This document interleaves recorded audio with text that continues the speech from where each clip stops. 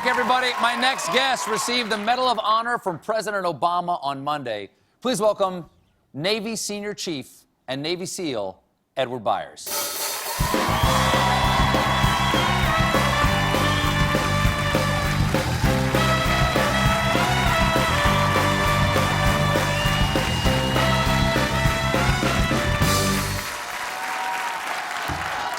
Thanks for being here. It's an honor to have you. Oh, thanks for having me.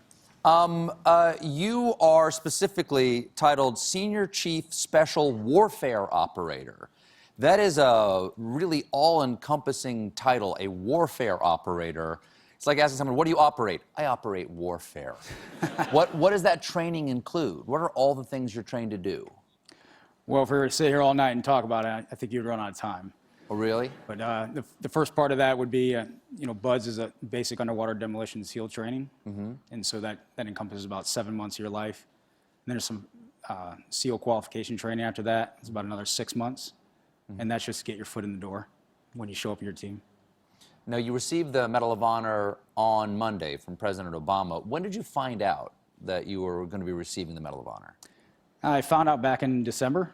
And so... How do you find out? It's a really intriguing process. So the White House called you, somebody on his staff, and they give you a call and they say, hey, the president wants to talk to you next week at this date and time. Are you available? And my first reaction was, does anyone actually say no to this? No, let me check my schedule. Did you have any idea what the phone call was about? I did. So we were aware that he was going to give you a call. And it's not until the president calls you that it becomes official. So. Now, I know there's some aspects of the engagement for which you were awarded the Medal of Honor that are classified, you can't talk about. But if you can, walk us through what happened that day and I guess try not to breach national security while you do so. I'll do my best. Okay. So it was 8 December 2012. We received our orders. The mission was a hostage rescue mission, so it's a no-fail mission. And our goal was to bring back an American hostage. And this is in Afghanistan? That's correct, eastern Afghanistan. So we inserted by helicopter in the middle of the night, had about a 4 or 5 hour, pretty arduous patrol through the mountains. When we got to our target building that we assessed that the American hostage was going to be at. And how do you know this is your target building? There's no sign on it. How do you know that's the one? Because I'm assuming, I'm not being facetious, I assume a lot of the buildings look alike. They do look alike, but our nation's military has some pretty good, clever ways of figuring out that. Okay. So. I'll accept that. I'll accept that. Move on. So as we approached the building, our point man and teammate, Nick Check, was up front, and a guard came out of one of the doors. He immediately engaged that guard, and we started sprinting towards the door. It's not your typical type of door, though, so it's not you just, hey, open it up. It was a layer of blankets. As Nick started to move in through the blankets, I moved in right behind him, and as I went in to my area of responsibility, there was an enemy on the back wall, had his AK, about ready level to shoot, and I engaged him, and I saw another person moving across the floor. At that time, you don't know whether or not that was the American hostage who was scared, just trying to move. At what time of day is this?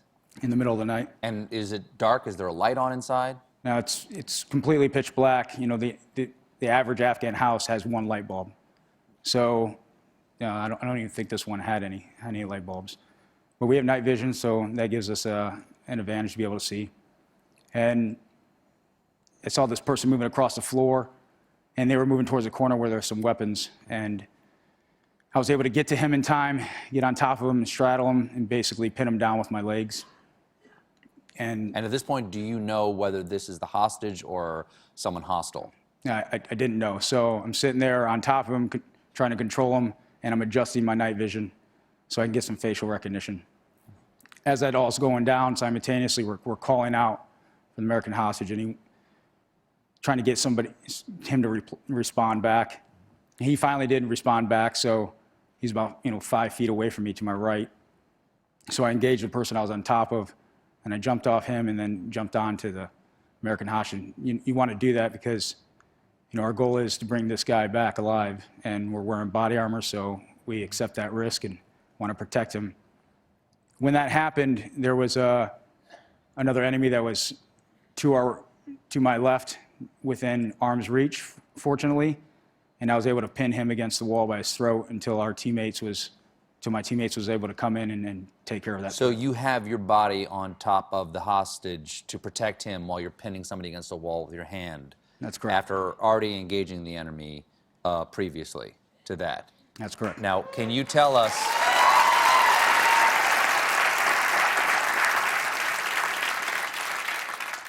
without giving a specific amount of time, is this seeming like it's happening fast to you? Or is it all happening in slow motion for you? That is a unique thing about our training is we rehearse so much that it becomes very instinctual. So while the whole scenario probably happened within a minute and a half, in your mind, it's very segmented. So you take one situation, you handle that situation, move on to the next situation. So it slows down. It's kind of like time slows down. Now, I know there's some things that you can't talk about the raid to get the hostage, but one thing I know that you do want to talk about that's important is to talk about your fellow Navy SEAL, and this is Nick Check, right? Yes, yeah. Nick Check was a true American hero, and he was a hero of that operation. You know, he gave his life to bring back another American, and frankly, that's what we do. That's the definition of brotherhood. Because he did not survive the engagement. He did not. And here you are receiving the Medal of Honor from President Obama on Monday. And for the rest of your life, people will be calling you a hero. How do you feel? I know some people in the military don't like that title. How do you feel about that? That's not a title I would give myself. I think that's something that other people bestow upon you.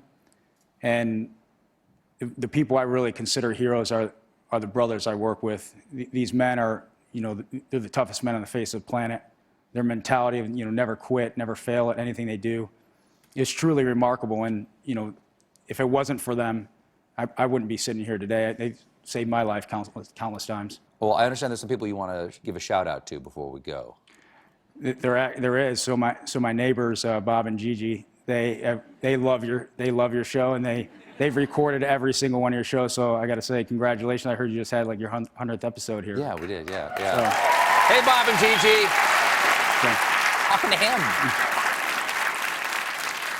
Well, thank you so much for being here, and thank you for the service to our country. And if you go back out there, please stay safe. And we're honored to have had you. Thank you. Thank you so much. Thank you very much. Medal of Honor recipient Edward Byers, everybody. We'll be right back.